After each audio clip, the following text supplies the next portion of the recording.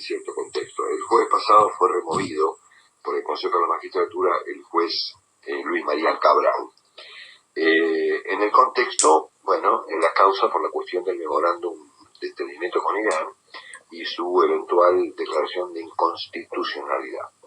Los detalles de esa remoción han llegado al extremo de que ayer Joaquín Morales Solá contó en su columna de La Nación que uno de los integrantes del Consejo de la Magistratura, un señor que se llama Vidal, de apellido Gustavo Valdés, un diputado del radicalismo, estaba en Resistencia Chaco para venir a Buenos Aires para discutir el caso en el Consejo, y parece que le frenaron el vuelo. Que declararon que había mal tiempo, que no había, los pilotos no subieron al avión, no sabía nunca. Bueno, ocurrió lo que ocurrió, el juez Cabral fue subrogante, entiendo que fue reemplazado, bajo el argumento de que las subrogancias son inaceptables, poco menos, por otro juez subrogante, ¿no? Hasta acá, bueno, lo del jueves y viernes. A partir de este episodio hubo reclamos de todo tipo en contra del desplazamiento de Cabral, de parte de la AMIA, de parte de la DAIA, de parte de entidades empresarias, de sectores judiciales, de sectores políticos, al punto tal que se prevé una convocatoria, una marcha para el próximo día 14 de julio, donde ya están incluidos sectores políticos como el del PRO, de Mauricio Macri, y el Frente Renovador de Sergio Massa. A esto se le suma alguna jugada, según contó ayer el diario Perfil, para desplazar directamente al juez Bonadío, que ya no es Irán, es Otesur. Y también esta mañana aparece una noticia en relación al futuro del camarista Fara, Eduardo Fara, integrante de la Cámara Federal, que aparentemente también sería desplazado o intentaría hacerlo, siendo que él tiene en la Cámara a su cargo la causa Otesur. Y esta mañana, aunque vamos a volver a leerlo, Carlos Pañi, en su columna de Etapa de la Nación, pone la cuestión de Cabral fuera del contexto de Irán y lo coloca directamente en el tema Otesur. ¿No? El párrafo relativamente dramático, lo vamos a repetir, dale. El sistema institucional argentino continúa en estas horas su transfiguración hacia un régimen autoritario, cuya clave de bóveda es el sometimiento del Poder Judicial a una facción política. Con la sustitución del juez Luis Cabral por el abogado Claudio Vázquez en la Sala 1 de la Cámara de Casación Penal, Cristina Kirchner logró algo mucho más importante que evitar que ese tribunal declare la inconstitucionalidad en términos muy severos de su extravagante acuerdo con Irán. A partir de ahora, ella controlará una instancia decisiva del proceso que más la desvela, la causa en la que su empresa familiar, Otesur, es investigada por lavado de dinero. La Sala 1 interviene en ese expediente. Bueno, muy bien. Laura Alonso, diputada nacional del PRO. Laura, buen día. Buen día, Marcelo. ¿Cómo estás? Quería poner el tema en cierto contexto antes de que nos cuentes qué van a hacer ustedes hoy ante la justicia. Bueno, hoy los diputados del PRO, los diputados nacionales, estamos presentando dos cosas ante la justicia vinculadas a la remoción del doctor Cabral. Primero, una denuncia penal contra los consejeros de la magistratura que votaron de forma irregular y antirreglamentaria la semana pasada el apartamiento del doctor Cabral.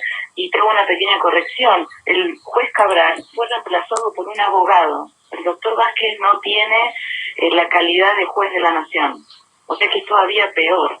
Cabral no ha sido reemplazado por un juez, sino que ha sido reemplazado por un abogado. Y hay un expediente en la Corte Suprema de Justicia que se presentó hace un poco más de un año, que podría ser resuelto en estos días, que es un recurso de queja sobre el decreto que designó en su momento a Vázquez, un decreto del Poder Ejecutivo como conjuez. O sea, ese es un tema que está controvertido. Y la segunda presentación que vamos a hacer, y creo que es la más importante porque debería resolverse con rapidez, es una acción de amparo y una medida cautelar urgente pidiendo reponer al doctor Cabral, basándonos en que la decisión del Consejo ha sido nula porque es inconstitucional, porque viola estándares internacionales y constitucionales, es ilegal y también antirreglamentaria. Esperamos que esto sí se resuelva en próximas horas porque aquí se violan dos derechos constitucionales fundamentales, la garantía de inamovilidad del juez a pesar de que sea subrogante, el juez tiene garantía de inamovilidad, y esto está dicho en un fallo del Tribunal Superior de San Luis y en un fallo de la Corte Interamericana de Derechos Humanos por una controversia que se presentó justamente en Venezuela con el caso de los jueces provisionales. Y la otra garantía que está violada, y esto afecta a las víctimas de la AMIA, es la garantía del juez natural, porque aquí el doctor Cabral ha intervenido en el expediente desde el principio hasta el fin, como suponemos, que se dice que su voto estaría presentado y este voto para hacer la sentencia sería válido, así que esta es la segunda garantía que se ha violado. En el caso de la AMIA y de la DAIA, por eso ellos ya han hecho su reclamo, y entiendo también que en otros casos y en otros expedientes judiciales donde el doctor Cabral ha intervenido y se espera que se presenten más amparos con pedidos de medidas cautelares urgentes para reponer al doctor Cabral. Bueno, o sea, ustedes suponen que la propia justicia puede reponer a Cabral en la Cámara de Casación Penal. Sí, la propia justicia debería hacerlo porque es en defensa propia.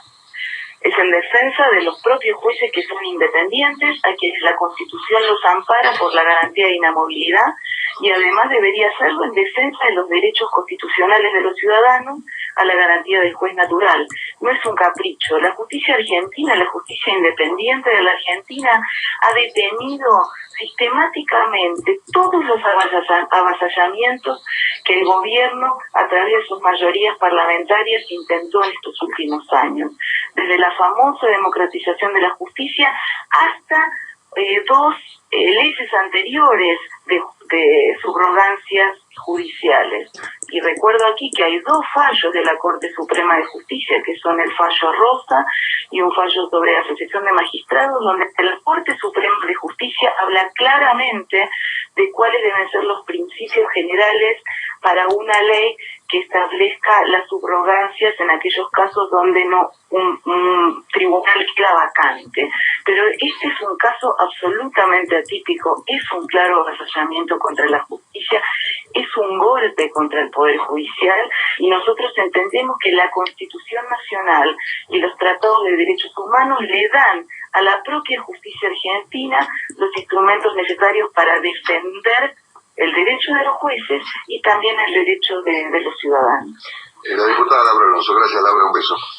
Chao.